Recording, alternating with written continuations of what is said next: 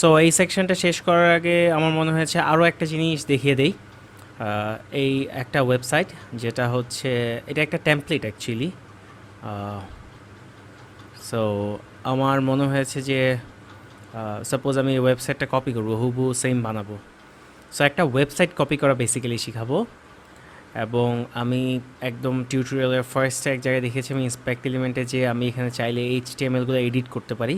এখন হয়তো আপনারা এইচটিএমএল এর কিছু সিনট্যাক্স বুঝতে পারবেন বা গুগল করে করে পুরোটাই বুঝতে পারবেন একটু ট্রাই করলেই। অ্যান্ড আজকে যেটা দেখাবো, আমি সোর্সে যে অ্যাকচুয়ালি পুরো এইচটিএমএলটা খুলতে পারবো। এবং এই এইচটিএমএলটা যদি আমি কপি করি, কপি করে যদি আমি আমার টেক্সট এডিটরটাতে নিয়ে যাই, সাপোজ আচ্ছা এখানে খোলা আছে, আমি একটা নতুন ফাইল নিব, এখানে পেস্ট করি, তারপরে আমি সেভ করে যদি ওই এইচটিএমএলটা খুলি, আমার কিন্তু সাইটটা কপি হয়ে যাবে। বাট কিছু ডিপেন্ডেন্সি রয়ে যাবে, যেমন এই সাইটের যে সিএসএস বা স্টাইল যেটা, বা এই সাইটের মধ্যে যে জাভা স্ক্রিপ্টগুলো দেয়া, যেমন এটাতে ক্লিক করলে নিচে যাচ্ছে, সো এটা জাভা স্ক্রিপ্ট দিয়ে করা, এই জিনিসগুলোও কিন্তু আমাদের নিতে হবে। এটার জন্য সবচেয়ে ইজিয়ার উপায় হচ্ছে একটা সফটওয়্যার আছে।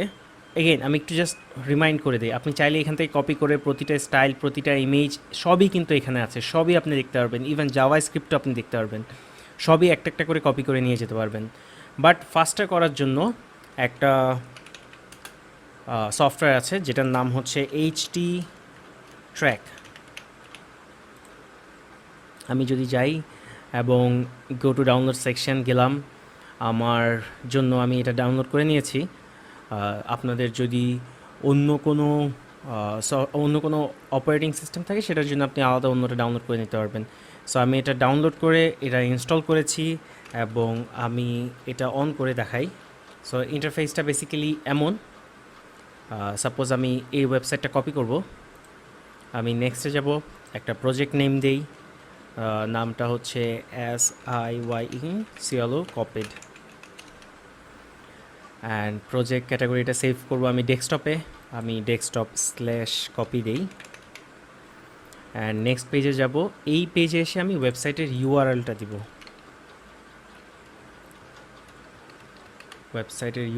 দিব, অ্যান্ড নেক্সট যাব, সব কিছুই এখানে ঠিকঠাকভাবে রাখি আর ফিনিশ দিব। সো এটা ডাউনলোড হওয়া শুরু হয়েছে। আর আমি যদি আমার ডেস্কটপে যাই, সো এটা আমার পাশের স্ক্রিনে এটা নিয়ে আসি, এই যে কপি, এটার ভিতরে আস্তে আস্তে দেখতে পারবেন সব কিছুই নামছে, এইচটিএমএল ফাইল, তারপর সিএসএস ফাইল। অ্যাকচুয়ালি আমি এটা কপি করে রেখেছি। সো এই ফোল্ডারটা যদি আমি ওপেন করি, দেন www.cialo.com এ যাই, এইখান থেকে আমি যদি index.htmlটা খুলি, দেখতে পারবেন যে আমার কিন্তু এটা আমার পিসি থেকে এই ফাইলটা লোড হয়েছে অ্যান্ড সব কিছু কপি করা আছে। মজার বিষয় হচ্ছে এই index.html যদি আমি আমার টেক্সট এডিটরে খুলি, সাপোজ এই index.html আমি যদি আমার টেক্সট এডিটরে খুলি এবং পাশাপাশি আমার এটা রাখি,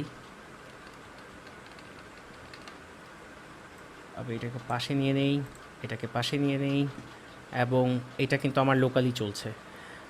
সাপোজ আমি টাইটেলটা চেঞ্জ করব না, অন্য কিছু চেঞ্জ করব ফাইলে, রিটার্ন গ্রেড, ওকে, এটা কপি করি, এখানে পেজ দিয়ে সার্চ দিই, এটা এখানে আছে, রিটার্ন না দিয়ে we copy great ideas into great applications, reload দেই, আপনি ওকে, এই ফাইলটা এখান থেকে চলছে না, এই index.html চলছে, এটা যেখানে সেভ আছে ওই ফাইলটা। সো আমি পেজটা রিলোড দেই। আচ্ছা, একটা মিস্টেক, আমি টাইটেলে চেঞ্জ করেছি, দেখতে পাচ্ছেন এখানে চেঞ্জ হয়ে গেছে। সো এটা ভেতরেও সেম টেক্সটটা আছে, ওটাতে যেতে হবে, ভুল হতেই পারে এমন। ফাইন্ড করি, এই যে H1, এই যে 3টা ভাগে তারা করেছে যেন ইনটু গ্রেট অ্যাপ্লিকেশন এটা নেক্সট লাইনে চলে আসে। আচ্ছা, উই টার্ন না দিয়ে উই কপি, এখন যদি আমি রিলোড দেই, দেখতে পাচ্ছেন we copy great ideas, and basically পুরোটাই আমার কাছে টেমপ্লেটটা চলে আসছে। আমি এটা এডিট করে নিজের মতো করে বানিয়ে নিতে পারবো। সো আমি আসলে কপি করার জন্য এইটা দেখাইনি। এটা দেখানোর একটা বড় রিজন হচ্ছে আপনি যদি সাপোজ কোনো একটা সুন্দর ওয়েবসাইট দেখেন এবং সেম জিনিসটা আপনি প্র্যাকটিস করতে চান, বাট হুবহু পারছেন না, যদি এটা দেখতে চান আপনি ডাউনলোড করে বা এইভাবে কপি করে আপনি প্র্যাকটিস করতে পারেন। অ্যান্ড আশা করি এটা মিসইউজ করবেন না। সো আমি এই টিউটোরিয়ালটা বা এই জিনিসটা দেখানোর রিজন হচ্ছে যে আমরা যে কোনো সাইট আসলে কপি করতে পারবো এবং দেখতে পারবো ভেতরে কী কী আছে। আর আশা করি সবাই এই জিনিসটা কাজে লাগাবেন শেখার জন্য। ধন্যবাদ।